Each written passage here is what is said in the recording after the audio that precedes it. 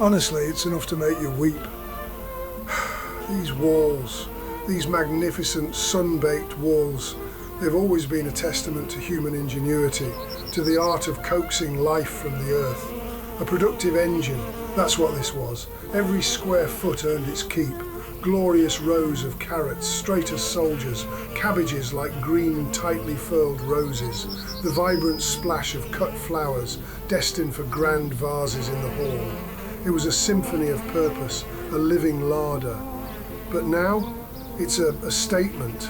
Look at it, fallow beds, not resting but almost abandoned, and a tree nursery, here in the heart of what was once the most fertile ground. It feels like they're actively reducing the bounty.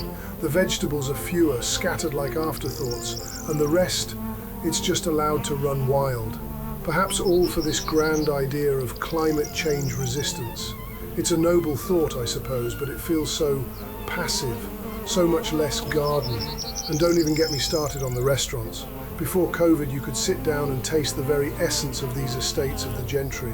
A salad bursting with leaves picked that morning, a dessert featuring fruit from the orchard. It was fresh, it was imaginative, it was unique. It was the National Trust's promise, delivered on a plate.